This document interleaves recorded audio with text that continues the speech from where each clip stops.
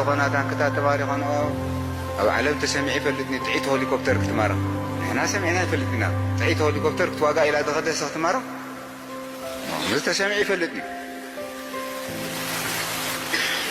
ክትዋጋእ ኢልካ ሄሊኮፕተር ሒዝካ መፂእካ ካብ ገዛኻ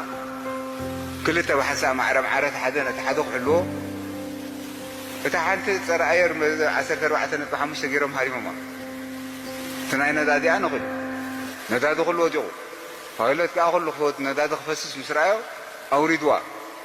ኣውሪድዋ እቶም ኣብኣ ዝነበሩ 4-5 ከዓ ነታ ሞተረ ከም ዘላ ገዲፎም ሃዲሞም ወፂኦም ተኻለይቲ ሄሊኮፕተር ከዓ ወሪዳ ተቐቢላቶም ፅዒናቶም ከይዳ ተኻለይቲ ሄሊኮፕተር በቲ ምስኣ ዘሎ ረሻሽ ገይራ ነታ ሓንቲ ኣቃፂላታት ይኸይድ ኣቃፂላታት ይኸይድ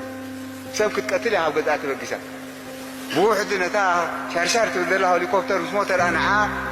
ክልተ ቦምባ መሃብ ሲእኑ ወይ ክልተ ጥይት ካብቲ ምስኡ ዘሎ ናይዚኦም ታሪክ ሰሚዕካ መስደመም እዩ ከምዚ ውትድርና ክትብሎ ነዚ ውትድርና ክትብሎ ነዚ መስደመም እዩ ራድዮ ኢትዮጵያ ተሪኢኻ ካሊእ እዩ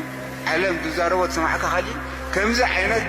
ወተሃደር እዚ ምንታ ክጠቕመካ እየ እንታይ ንምንታይ ተቐሪቡ እሞ መፂኡ እዩ ከብፅሓ ንኤርትራ ክረክባ ዲ መፂኡ ክዋጋእ ዲ መፂኡ እንታይ ክገብር መፂኡ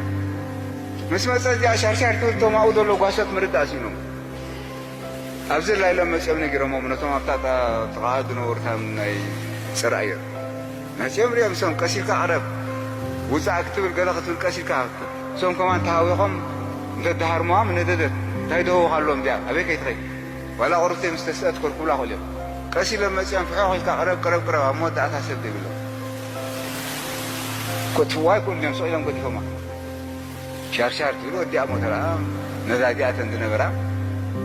ሓይሊ ኣየር ከዓ መፅኦም ኣልሕም ኣቢሎም እታ ሄሊኮፕተር ሒዞማ ገዝኦም ኮይዶም እዚ መስተመም እዩ ከምዚ ዓይነት ውትድርና ኣብዚ ከባቢ ተሰሚዑ ይፈልጥኒ ንዕሙን ንኣሜሪካ ንገበረሎም